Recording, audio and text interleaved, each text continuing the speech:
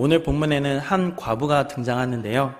나인이라는 성에 살고 있었던 과부입니다.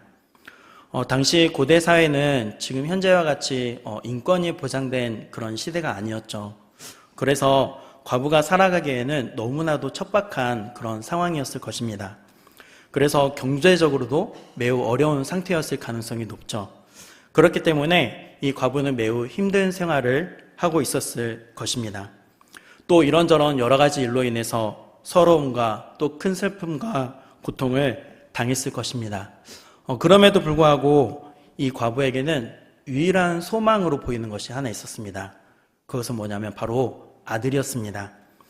어떤 일인지는 모르겠지만 남편도 죽고 유일한 가족이라고는 하나밖에 없는 아들밖에 없었습니다. 아마도 이 아들을 위해서 내가 살아야지. 어떤 일이 있더라도 내가 이 아들을 위해서 삶을 포기하지 말아야겠다. 이런 마음으로 살아가지 않았을까요? 그런데 이 아들마저도 병으로 죽었는지 사고로 죽었는지 알 수 없었지만요. 그 아들마저도 지금은 이 세상을 떠나버리고 말았습니다. 남편의 죽음으로 인해서 고통 속에 눈물로 지냈을 것입니다. 그런데 이 마지막 희망이라고 생각했던 이 하나밖에 없는 사랑하는 아들까지도 잃어버리게 되니까요. 얼마나 그 큰 고통과 아픔을 느끼며 얼마나 많은 눈물을 흘리고 있었을까요? 제가 과부였다면 정말 이 믿겨지지 않는 이 현실의 앞에서 정말 이건 거짓말이야, 사실이 아니야 라고 현실을 부정하고 또 부정했을 것 같습니다. 온전한 정신으로 그 자리에 있지 못했겠죠. 이러한 슬픔에 빠져있는 과부는 눈물을 흘리며 아들의 장례 행렬을 쫓아가고 있었습니다. 여러분, 이 과부의 마음속에 희망이라는 것이 있었을까요? 정말 이 희망이라는 이 단어 하나가 사치처럼 느껴지는 것 같습니다. 그런데 이 말씀을 읽은 우리는 뭔가 희망이 있다는 것을 보게 되죠. 그것은 뭐냐면 그 눈물로 쫓아가는 장례 행렬에 예수님과 그 제자들의 행렬이 마주치게 된 것이었습니다. 말하자면 죽음의 행렬과 예수님이 이끄는 생명의 행렬이 마주치게 된 것이었습니다. 이렇게 마주친 현장에서요, 예수님은 이 장례 행렬을 하염없이 눈물을 흘리며 따라가는 이 과부를 보시고 마음에 느끼신 것이 있었습니다. 그것은 바로 불쌍히 여기셨던 것입니다. 그래서 이렇게 말씀을 하시죠. 울지 말라. 그리고 예수님께서는 그 시체가 되어 있는 그 청년에게 또 말씀하십니다. 일어나라. 그러자 죽어서 시체가 된 이 청년이 앉아서 일어나서 앉고 또 말도 하게 되었습니다. 그리고 예수님께서 그 살아난 청년을 어머니에게 돌려보내셨습니다. 그때 모든 사람들이 두려워하면서 큰 선지자가 우리 가운데 일어났다. 그리고 하나님께서 자기 백성들을 돌보셨다. 라며 하나님께 찬양하며 영광 돌리게 되었습니다. 그리고 이 예수님에 대한 소문이 온 유대에 퍼지게 되는 것이 바로 오늘 본문의 내용입니다. 저는 이 본문을 통해서 과부에게 울지 말라고 말씀하시는 예수님은 어떤 분이신지에 대해서 말씀을 나누고 싶습니다. 바라기는 이 오늘 본문의 장례 행렬 중에서 정말 아무런 희망도 없이 어두운 터널 가운데 한 줄기의 빛도 보지 못하는 상황에 놓였던 이 여인이요, 예수님을 만나서 다시 살아나는 역사를 경험했던 것처럼요, 저와 여러분도 이 역사를 경험하면서 살아가기를 간절히 원합니다. 사랑하는 여러분, 한 줄기 빛도 보이지 않는 이 어두운 터널을 지나는 것 같은 분이 계십니까? 또는 정말로 주님께서 베풀어주시는 풍성한 은혜와 생명이 이 시간 필요하신 분이 계십니까? 오늘 말씀을 통해 저와 여러분의 삶 가운데 또 우리 성도님들의 가정 가운데 예수님을 만나게 됨으로 생명을 얻고 또 그 은혜를 누려가는 저와 여러분이 되시기를 주님의 이름으로 축복합니다. 여러분, 너무나 당연한 질문인데요. 우리 성도님들도 다들 아시겠지만 한 가지 질문을 드리려고 합니다. 예수님은 누구이십니까? 오늘 본문을 통해서 우리에게 알려주신 예수님은 바로 생명의 주인이시라는 것입니다. 이 시기에 예수님은 굉장히 많은 기적들을 보여주셨는데요. 그 이유는 무엇일까요? 그것은 바로 예수님의 정체성을 이 기적들을 통해서 보여주시려고 하셨던 것 같습니다. 오늘 본문에 앞선 누가복음 6장에서는 제자들이 안식일에 밀 이삭을 자르고 또 예수님이 손 마른 자를 고쳐주신 사건으로 논쟁이 일어났었습니다. 또한 바리새인들과 사두개인들이 율법을 지키느냐 마느냐를 가지고 이야기를 할 때 예수님은 자신이 안식일의 주인이심을 드러내셨습니다. 그리고 7장에서 백부장의 하인을 고치시는 일을 통해서 예수님의 주되심의 의미도 깨닫게 하셨습니다. 그리고 이제 나인성에 들어가시면서 예수님은 이 죽음의 권세까지도 다스리시는 생명의 주인이심을 알게 하신 것입니다. 오늘 본문 11절과 12절 말씀을 다시 한번 보시면요, 이렇게 기록되어 있죠. 다시 한번 함께 읽어볼까요? 그 후에 예수께서 나인이란 성으로 가실새 제자와 많은 무리가 동행하더니 성문에 가까이 이르실 때에 사람들이 한 죽은 자를 메고 나오니 이는 한 어머니의 독자요 그의 어머니는 과부라. 그 성에 많은 사람도 그와 함께 나오거늘. 아멘. 예수님은요, 생명의 주인으로서 이 가버나움에서 죽어가는 백부장의 종을 살리시고 또 다른 수많은 사람들의 영혼을 살리시기 위해서 이 나인성으로 들어가시는 길이셨습니다. 우리는 여기서 두 개의 행렬을 보게 되죠. 하나는 나인성으로 들어가시는 예수님과 그 예수님을 따르는 제자들과 많은 무리였고요. 또 하나는 나인성에서 나오는 과부와 그 아들의 장례 행렬이었습니다. 아까 말씀드렸던 것처럼 하나는 생명의 행렬이었고요. 하나는 죽음의 행렬이었습니다. 주님의 행렬은 조용했지만요, 주님을 따르는 그 행렬 속에 사람들의 모습 속에서는 소망과 생명의 빛이 가득했을 것입니다. 그런데 반대로 나인성 과부의 이 아들의 장례 행렬은요, 울음꾼들의 소리로 굉장히 떠들썩했습니다. 하지만 그 행렬은 죽음의 행렬이었습니다. 그 행렬에 속한 사람들에게는 소망이 없었습니다. 그저 절망만이 그들을 가득하게 짓누르고 있었던 것이었습니다. 저는 이 생명의 행렬과 죽음의 행렬로 대비되는 이 두 행렬은 2000년 전에 이 나인성 근처에서만 있었던 일이 아니라요, 오늘날 우리가 살아가는 이 세상 모든 곳에서도 존재하고 있지는 않는 것일까, 그렇게 생각하게 되었습니다. 그리고 이 세상 모든 사람은 생명의 행렬이나 또 죽음의 행렬 중 어느 한편에 속해 있다는 것을 생각하게 되었는데요. 한편은 영생의 길로 걸어가고 있으며 다른 한편은 영원한 죽음의 길로 가고 있다는 것입니다. 생명의 주인이신 예수님을 믿고 예수님을 따르는 자들에게는 영생이 주어지지만 사단을 따르는 자들에게는 오직 영원한 죽음을 맞이하게 되는 것이죠. 우리가 어떤 길을 걷게 되느냐에 따라서 이 삶의 마지막이 달라지게 되는 것입니다. 여러분, 저와 여러분의 인생길은 어디를 향해서 걸어가고 있습니까? 오늘 본문은 마치 우리들에게 이렇게 질문하는 것 같습니다. 너는 지금 가야 할 길을 걸어가고 있느냐? 너는 너의 길을 잘 선택했다고 생각하느냐라고 말입니다. 내가 걸어가고 있는 그 길이 생명의 주인이신 예수가 앞장선 길인지, 아니면 죽음의 사자인 사탄이 앞장선 길인지 너는 그것을 알고 있느냐라고 질문을 하고 있는 것 같습니다. 여러분, 이것을 생각해 보면요, 사람들이 많이 가는 길이라고 해서 그 길이 항상 좋은 것만은 또 아닌 것 같습니다.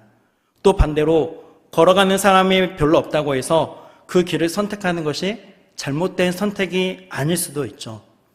지금 우리가 걸어가는 길의 맨 앞에 누가 있는지가 그것이 중요한 것 같습니다. 예수님은 과부의 죽은 아들을 살리셨습니다. 청년아, 내가 내게 말하노니 일어나라. 그리고 그 청년은 일어나서 앉고 말도 했습니다. 주님이 이런 기적을 일으키신 이유는요, 무엇보다 예수 그리스도만이 온 세상의 주인이시오 하나님 되심을 선포하는 것에 바로 목적이 있었던 것이었습니다. 사랑하는 여러분, 예수님이 모든 생명의 주인이심을 기억하고요. 우리의 인생길에 이 주님을 맨 앞에 모시고 오직 주님만을 따라가는 우리가 되기를 간절히 원합니다. 그리고 우리에게 진짜 생명을 허락해 주신 이 주님을 찬양하며 살아가는 저와 여러분이 되어주시기를 주님의 이름으로 축복합니다. 다음으로 우리는 오늘 본문을 통해서 예수님은 우리가 찾기 이전에 먼저 찾아오시는 분이시라는 것을 알게 됩니다. 생명의 주인이신 이 예수님은요, 우리가 예수님께로 오는 것을 기다리시는 분이 아니라는 것이죠. 우리가 찾기 이전에 먼저 우리를 찾아오신 분이시라는 것입니다. 장래행렬의 나인성을 빠져나올 때 과부와 많은 사람들의 관계 속에서 어떤 말들이 오고 갔을까요? 드릴 말씀이 없습니다. 주님 안에서 위로받으십시오 등 여러 가지 말들이 나누어졌을지도 모르겠습니다. 그리고 돈을 주고 산 울음꾼들은 그저 울기만 할 뿐이었습니다. 우리 성도님들은 이 자리에서 이 아들을 잃은 모든 가족을 잃고 홀로 남은 이 과부에게 뭐라고 말씀을 건네셨을 것 같으십니까? 저는 이 큰 슬픔 앞에서 아무런 말도 하지 못했을 것 같습니다. 또한 이 과부와 같은 동병상련의 처지에 있었던 사람이었다면요, 정말 그 동병상련의 마음으로 함께 했겠죠. 그러나 예수님은 달랐습니다. 오늘 본문 13절 말씀을 보시면 예수님께서 이 과부를 보시고 불쌍히 여기시면서 이렇게 말씀하시죠. 울지 말라. 울지 말라. 그 누구도 쉽사리 어떤 말도 쉽게 할 수 없는 상황이었지만 예수님은 말씀하셨습니다. 울지 말라. 그렇다면 예수님은 어떻게 울지 말라고 이 과부에게 말씀하실 수 있었던 것이었을까요? 오직 예수님만이 이 여인의 눈물을 진정으로 닦아주실 수 있는 분이시며 또한 진정으로 위로를 주실 수 있는 분이셨기 때문입니다. 오직 예수님만이 이 여인에게 새로운 희망을 주실 수 있는 분이셨기 때문이었습니다. 오늘날도 마찬가지입니다. 우리의 눈물을 닦아주실 수 있는 분은 바로 예수님 뿐이시고요. 우리를 위로하실 수 있는 분도 오직 예수님 뿐이십니다. 우리에게 새로운 희망을 주실 수 있는 분도 오직 예수님 뿐인 줄 믿습니다. 그러면 주님께서 이 여인의 슬픔을 위로하시기 위해서 하신 일을 살펴보도록 하겠습니다. 우선 예수님께서 이 여인을 찾아오셨습니다. 이 만남은 뭔가 우연한 만남처럼 보이지만 결코 우연한 만남이 아닙니다. 예수님은 이 과부를 만나시기 위해서 가버나움에서 나인성으로 가고 계셨던 것입니다. 그것도 발인 중에 극적으로 만나시기 위해서 이때를 선택하신 것입니다. 여러분, 이처럼 우리가 골방에서 소리 없이 울고 있을 때 주님은 우리를 지나치지 않으십니다. 우리가 말도 못하고 속으로 울고 있을 때가 얼마나 많이 있습니까? 그때 주님은 우리의 울음소리를 들으신다는 것입니다. 우리 스스로 일어날 수 없는 상황일 때, 절망적인 상황일 때 기도할 기운이 조금도 없을 때가 있죠. 바로 그때 주님이 우리를 찾아오셔서 우리에게 손을 내밀어 주시는 분이시라는 것입니다. 사랑하는 여러분, 주님은 극적인 상황에 우리를 찾아오시는 분이십니다. 마치 우리의 인생이 제로점이 되었을 때, 아무것도 할 수 없겠다라고 고백이 될 때 주님은 우리에게 찾아오십니다. 그래서 우리의 눈물을 닦아주십니다. 이 예수님을 바라보면서 살아가는 저와 여러분이 되어주시기를 주님의 이름으로 축복합니다. 자, 이제 생명의 주인이신 예수님께서 우리를 찾아오셨습니다. 그러면 이제 우리를 보면서 주님은 어떤 생각을 하실까요? 오늘 본문을 통해서 알 수 있는 것은요, 우리 주님이 우리를 불쌍히 여겨주신다는 것입니다. 오늘 본문을 묵상하면서 그동안 예수님이 기적을 베푸셨던 때와는 뭔가 좀 다르다는 것을 저는 생각하게 되었습니다. 예수님은요, 기적을 베푸실 때 꼭 한 가지를 확인하는 것이 있었거든요. 그것은 당사자나 주변 사람들의 믿음이었습니다. 그 믿음을 보시고 기적을 베풀어 주셨습니다. 오늘 본문이 속해 있는 누가복음만을 살펴보면요, 먼저 누가복음 4장 38절을 보시면 시몬의 장모가 중한 열병에 걸려 있을 때 사람들이 그를 위하여 예수님께 간구한 것을 볼 수 있습니다. 그리고 예수님은 그 열병을 고쳐주셨죠. 이것은 예수님께서 주변 사람들에 대한 주변 사람들의 간절한 믿음을 보시고 고쳐주신 사건이라고 볼 수 있습니다. 그리고 누가복음 5장 12절과 13절 말씀을 보시면요, 한 나병 들린 사람이 예수님께 구하죠. 주여, 원하시면 나를 깨끗하게 하실 수 있나이다. 그러자 예수님께서 그를 만져주시고 그의 나병을 깨끗하게 고쳐주셨습니다. 이것은 나병 환자의 믿음을 보고 예수님께서 고쳐주신 사건입니다. 그리고 바로 이어지는 누가복음 5장 18절부터 20절 말씀을 보시면요, 한 중풍병자가 있는데 그를 불쌍하게 여긴 주변의 친구들, 주변의 사람들이 그를 침상째 메고 예수님께 달려오죠. 그런데 대문 앞이 막혀서 문으로는 들어갈 수 없으니까 지붕 위에 올라가서 기와를 걷어내고 침상째 예수님께 그를 내려보냅니다. 그래서 20절, 예수님께서 그들의 믿음을 보셨죠. 그리고 그 중풍병자에게 이렇게 말씀하십니다. 일어나 내 침상을 가지고 집으로 가라. 그리고 그 중풍병자는 예수님의 말씀대로 자신의 침상을 가지고 하나님께 영광 돌리며 자기 집으로 돌아갔습니다. 이것은 그 주변 사람들의 믿음을 보시고 주님이 고쳐주신 사건입니다. 그런데요, 오늘 본문에서는 예수님께서 과부에게 내가 믿느냐라고 말씀하시지를 않습니다. 그 과부의 믿음이나 그 주변 사람들의 믿음을 확인하시지를 않는 거예요. 그저 불쌍히 여기시고 울지 말라고만 말씀하실 뿐이었습니다. 왜 그러셨을까요? 답은 한 가지입니다. 13절 말씀에 나오는 대로 불쌍히 여기셨기 때문입니다. 여러분, 예수님은 우리 모두를 불쌍히 여기시는 분이십니다. 여기서 불쌍히 여기셨다는 말은요, 원어로 에스플랑크니테라는 단어인데요, 이 단어는 창자까지 들려지다라는 의미를 가지고 있습니다. 그러니까 예수님이 이 과부를 불쌍히 여기셨다는 것은요, 그냥 연민의 마음을 가지신 것이 아닙니다. 그 과부의 그 아픔을 고스란히 온 몸과 마음으로, 영혼으로 느끼셨다는 것입니다. 죽음까지도 다스리시는 권세를 가지신 예수님께서 과부로서의 고달픈 삶을 살아온 이 한 여인의 마지막 희망이었던 독자를 잃은 그 슬픔을 뼛속 깊이 느끼고 계셨던 것이죠. 이것은 어느 누구보다도 이 과부가 지금도 겪고 있는 그 아픔을 그 누구보다 잘 아셨기 때문입니다. 여러분, 우리 같으면 이 과부와 같은 환경에서 살아가야 한다는 것을 한번 생각해 보십시오. 이 과부가 자기의 인생을 긍정적으로 볼 수 있을까요? 자신의 삶을 부정적으로 생각하기가 더 쉽겠죠. 또 이런 상황을 하나님께서 만드셨다고 생각하면서 하나님, 도대체 왜 나에게 이런 시련을 주시느냐고 하나님을 원망할 수도 있을 것입니다. 어쩌면 자신의 운명에 들어진 이 검은 그림자에 짓눌려서 이제 내 인생은 별 볼 일이 없어, 이제 내 인생은 끝났어, 망했어, 이렇게 체념적인 삶의 태도를 가지고 살아갈 수도 있겠죠. 지금 그런 과부에게 가장 필요한 것은 무엇이었을까요?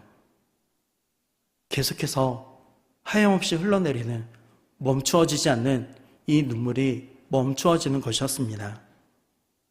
그런 기적이 필요했겠죠. 그래서 예수님께서 지금 그녀에게 가장 필요한 것을 주시는 것입니다. 울지 말아라.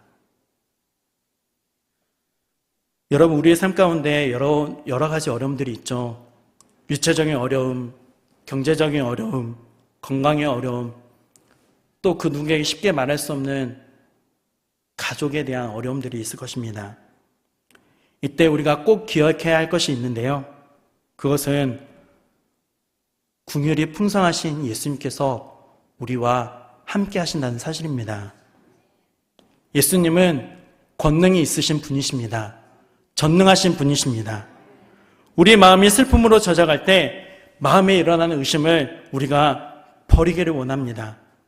예수님이 나를 돌아보지 않는다, 나를 사랑하지 않으신다라고 생각하지 않기를 원합니다. 성경은 이렇게 말하고 있습니다. 로마서 8장 32절 말씀을 우리 함께 읽어보도록 하겠습니다. 자기 아들을 아끼지 아니하시고 우리 모든 사람을 위하여 내주시니가 어찌 그 아들과 함께 모든 것을 우리에게 주시지 아니하겠느냐. 아멘. 그러므로 걱정과 염려를 함으로 어둠에 짓눌려 있기보다는요, 우리를 사랑하시고 우리에게 가장 베스트가 무엇인지를 아시고 그 필요를 채우시는 능력이 풍성하신 그 하나님 아버지를, 그 예수님을 우리가 의지하면 좋겠습니다. 그러므로 우리 모두의 인생의 문제를 주님께 맡기기를 원합니다. 그리고 주님께서 그 문제에 손을 대주시기를 간절히 기도하는 것입니다. 주님께서 손을 대시면 해결될 줄 믿습니다. 오늘 본문에서 예수님은 발인이 되고 있던 그 관에 가까이 가셔서 손을 대시고 관 속에 누워있던 그 청년에게 청년아 일어나라 라고 말씀하셨습니다. 그렇게 청년을 다시 살려주셨습니다. 그리고 살아난 그 청년을 다시 어머니에게 넘겨주셨습니다. 그리고 이 여인의 눈물이 그쳐졌습니다. 슬픔이 변하여 기쁨이 되었고요. 그 자리는 하나님께 영광을 돌리는 감사와 찬양이 가득하게 되었습니다. 여러분, 예수님은 우리의 눈물을 닦아주시는 분이십니다. 우리의 슬픔이 변하여 기쁨이 되게 하시는 분이십니다. 우리의 절망이 변하여 희망이 되게 하시는 분이십니다. 그 예수님이 오늘 이 시간 우리를 바라보고 계십니다. 우리의 아픔, 우리의 눈물, 우리의 슬픔, 우리의 절망을 지켜보고 계십니다. 그리고 찾아오셔서 우리를 불쌍히 여겨주시고 우리에게 가장 필요한 베스트를 채워주십니다. 여러분, 내 인생도, 내 자녀도, 내 가정이 아무리 어려워도 이 가정을 변화시키시고 회복시키시는 분은 바로 생명의 주인이신 하나님이신 줄 믿습니다. 그러므로 기도하는 가정은 반드시 하나님께서 가장 최선의 것으로 채워주시며 그 미래를 바꾸어 주시는 줄 믿습니다. 사랑하는 여러분, 그 주님을 바라보십시오. 그분 앞으로 가십시오. 그분 앞에서 함께 우십시오. 그러면 주님께서 우리에게 이렇게 말씀하실 줄 믿습니다. 울지 말라. 울지 말라. 오늘 기도하는 가운데 이 따스한 주님의 음성을 듣게 되기를 원하고요. 또 내 가정과 미래와 자녀들에게 일어나라! 라고 말씀하여 주시는 그 주님의 음성을 듣게 되는 저와 여러분이 삶이 되시기를 주님의 이름으로 축복합니다.